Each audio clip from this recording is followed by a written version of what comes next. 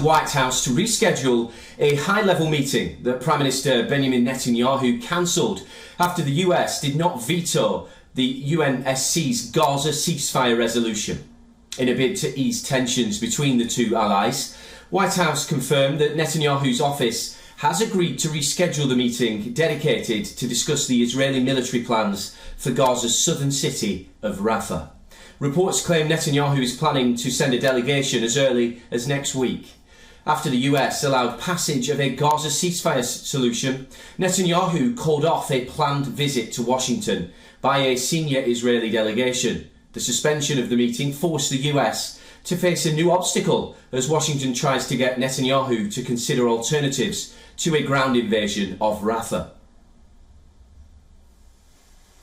What we have said is the kind of mission that we could support is a much more targeted, limited campaign that could still achieve the same objectives, that could still lead to the defeat of those remaining Hamas battalions inside Rafah, but without massive harm to the civilian population, without hindering the delivery of humanitarian assistance, and without actually weakening Israel's security instead of strengthening it. Meanwhile, US Senator Lindsey Graham called on the Biden administration to allow Israel to work to destroy Hamas in Rafah. Recently, Republican Senator from South Carolina was on a visit to Israel. I think so. Very much. The 4 battalions that still reside in the Rafah region must be destroyed. That is non-negotiable. One thing I've learned from talking to the Israeli Defense Forces is if these battalions are left intact, everything they've achieved will be lost over time. So I urge the Biden administration, the Congress, to make sure that Israel has the time and space to achieve victory over Hamas militarily. Earlier this week, Israeli Defense Minister Yoav Gallant held several discussions with senior US officials as the threat of Rafah ground operations has increased differences between the US and Israel. While meeting his Israeli counterpart, US Defense Secretary Lloyd Austin also said civilian casualties in Gaza are too high, also going to raise questions whether the US is going to restrict military aid if Netanyahu decides to move ahead with the Rafah invasion. As the humanitarian crisis in Gaza continues to worsen, Ireland says it will intervene in South Africa's genocide case against Israel.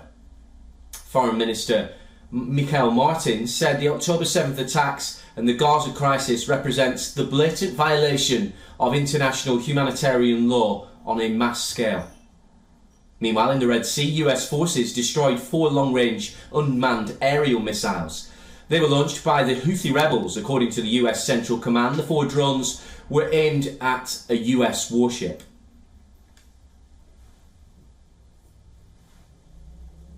Well, we earlier asked our correspondent Jody Cohen to tell us about the cancellation of the Israeli delegation's visit to the US and now it appearing to be back on. Jody, what can you tell us? Right, so Prime Minister Netanyahu cancelled the Israeli delegation that was going to Washington. That was after the US abstained from and didn't use their veto against the UN Security Council resolution that called for a ceasefire during Ramadan. Now, Israel opposed the resolution because it didn't tie in the ceasefire to the release of Israeli hostages who've been held in Gaza for 6 months. Now, Netanyahu said that he cancelled the delegation to send a message to Hamas that Israel would not bow to international pressure on the war in Gaza. Commentators also believe that cancelling the delegation was to send a message to the US. And Netanyahu called the US decision very bad and said that the resolution encouraged Hamas to take a hard line on the hostage release talks.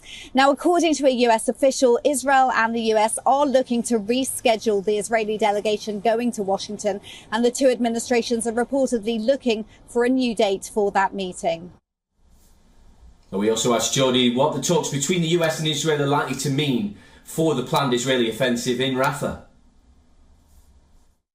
So Israeli experts have said that the most effective way to target Hamas in Rafah is to evacuate civilians and through a ground operation. They've suggested that that would enable Israel also to look for information on the hostages and to destroy key Hamas smuggling tunnels.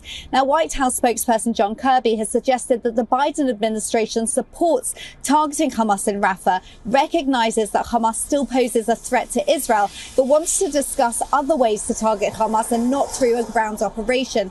Kirby said that in Defense Secretary Austin's meeting with Israeli Defense Minister Gallant this week, that Austin said that the US can't support a major ground offensive in Rafah that doesn't include an achievable plan to look after the civilians there. Now, according to a report, the Israeli plan would involve evacuating the civilians to central Gaza via protected routes. And Israel's reportedly preparing for a Rafah operation after Ramadan in late April or early May if the hostage release talks remain stalled.